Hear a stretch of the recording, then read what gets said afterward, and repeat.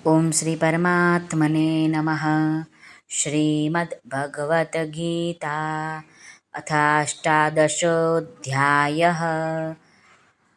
શ્રીભગવાનુવાચ તત્રેવં સતિ કર્તારम् આત્માनं કેવलं તુ યઃ પશ્યત્યકૃત બુદ્ધિત્વાન ન શ પશ્યતિ દુર્મતિઃ.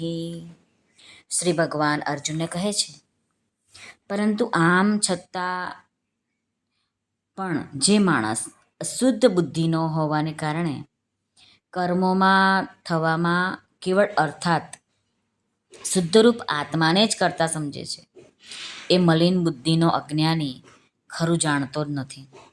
હવે અહીં ભગવાને કીધું ને કે અશુદ્ધ બુદ્ધિનો, તો એ શું કહેવાય? તો સત્સંગ, સત્શાસ્ત્રોના અભ્યાસ દ્વારા તેમજ વિવેક, વિચાર, શમ, દમ, ક્ષમા આદિ જે આધ્યાત્મિક સાધનો દ્વારા જેની બુદ્ધિ શુદ્ધ નથી, એ માણસને અશુદ્ધ બુદ્ધિનો સમજવો જોઈએ. રામસુખદાસજી મહારાજ વર્ણવે છે કે જેટલા પણ કર્મો થાય છે તે બધા અધિષ્ઠાન, કર્તા, કરણ, ચેષ્ટા અને દેવ, આ 5 કારણોથી જ થાય છે, પોતાના સ્વરૂપથી નથી. પરંતુ એવું હોવા છતાં પણ જે પુરુષ પોતાના સ્વરૂપને કર્તા માની લે છે તેની બુદ્ધિ શુદ્ધ નથી. અકૃત બુદ્ધિત્વાત એટલે કે વિવેક વિચારને મહત્વ નથી આપ્યું તે.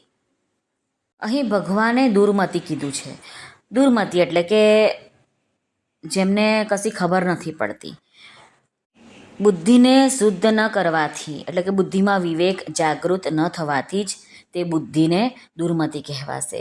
જો તેનો વિવેક જાગૃત હોત તો તે દુર્મતિ ન કહેત.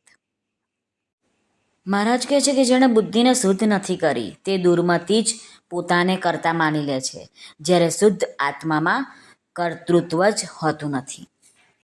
મહારાજ કહે છે કે પ્રકૃતિ અને પુરુષના વિવેકને લીધે કર્મયોગમાં બધી જ ક્રિયાઓ શરીર, મન, બુદ્ધિ અને ઇન્દ્રિયો દ્વારા જ થાય છે, પરંતુ તેમની સાથે સંબંધ નથી જોડાતો, એટલે કે તેમનામાં મમતા નથી થતી. મમતા ન થવાથી શરીર, મન વગેરેની સંસારની સાથે જે એકતા છે તે એકતા અનુભવમાં આવી જાય છે. એકતાનો અનુભવ થતાં જ સ્વરૂપમાં સ્વતઃ સિદ્ધ સ્થિતિનો અનુભવ થઈ જાય છે. એટલા માટે કર્મયોગમાં કેવલૈહિ પદ શરીર, મન અને બુદ્ધિ ઇન્દ્રિયોની સાથે આપવામાં આવ્યું છે. સાંખ્ય યોગમાં વિવેક વિચારની પ્રધાનતા હોય છે, એટલે જેટલા પણ કર્મો થાય છે તે બધા 5 કારણોથી થાય છે, પોતાના સ્વરૂપથી નહીં. પરંતુ અહંકારથી મોહિત અંધાકરવાણ પોતાને કર્તા માની લે છે. વિવેકથી મોહ દૂર થાય છે. મોહ નષ્ટ થતાં તે પોતાને કર્તા કઈ રીતે માની શકે છે? તેને પોતાના કર્તા શુદ્ધ સ્વરૂપનો અનુભવ થઈ જાય છે. એટલા માટે સાંખ્ય યોગમાં કેવલમ પદ સ્વરૂપની સાથે આપવામાં આવ્યું છે અને કેવલમ આત્માનમ. હવે આમાં એક વાત વિશેષ ધ્યાન આપવાની છે કે કર્મયોગમાં કેવળ શબ્દ શરીર, મન વગેરેની સાથે રહેવાથી શરીર, મન, બુદ્ધિ વગેરેની સાથે અહમ પણ સંસારની સેવામાં લાગી જશે તથા સ્વરૂપ જેમ છે તેમ જ રહી જશે. સાંખ્ય યોગમાં સ્વરૂપની સાથે કેવલ રહેવાથી હું નિર્લેપ છું, હું શુદ્ધ બુદ્ધ આત્મા છું, મુક્ત આત્મા છું, એ રીતે સૂક્ષ્મ રીતિથી અહમની ગંધ રહી જશે. હું નિર્લેપ છું, મારામાં કર્તૃત્વ નથી, એવી સ્થિતિ લાંબા કાળ સુધી રહેવાથી આ અહમ પણ આપોઆપ પીગળી જશે, પોતાના કારણ પ્રકૃતિમાં લીન થઈ જશે. આમ મહારાજ વર્ણવે છે. સાધક ખાવું, પીવું, સૂવું, જાગવું વગેરે લૌકિક ક્રિયાઓને તો પોતાના વિચાર દ્વારા પ્રકૃતિ દ્વારા થવાવાળી માને છે, પરંતુ જે જપ, તપ, ધ્યાન, સમાધિ વગેરે જે પારમાર્થિક ક્રિયાઓ છે તેને પોતાના દ્વારા થનારી અને પોતાના માટે થનારી માને છે. તે વાસ્તવમાં સાધક માટે બાધક છે.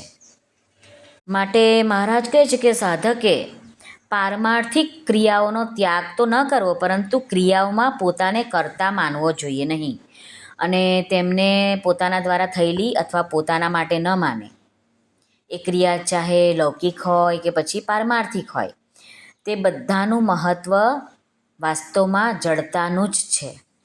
માટે સાધક માટે પારમાર્થિક ક્રિયાઓનું અંતઃકરણમાં વિશેષ મહત્ત્વ રહે તો એ સાધક માટે બાધક બને છે. શ્રી કૃષ્ણાર્પણમસ્તુ.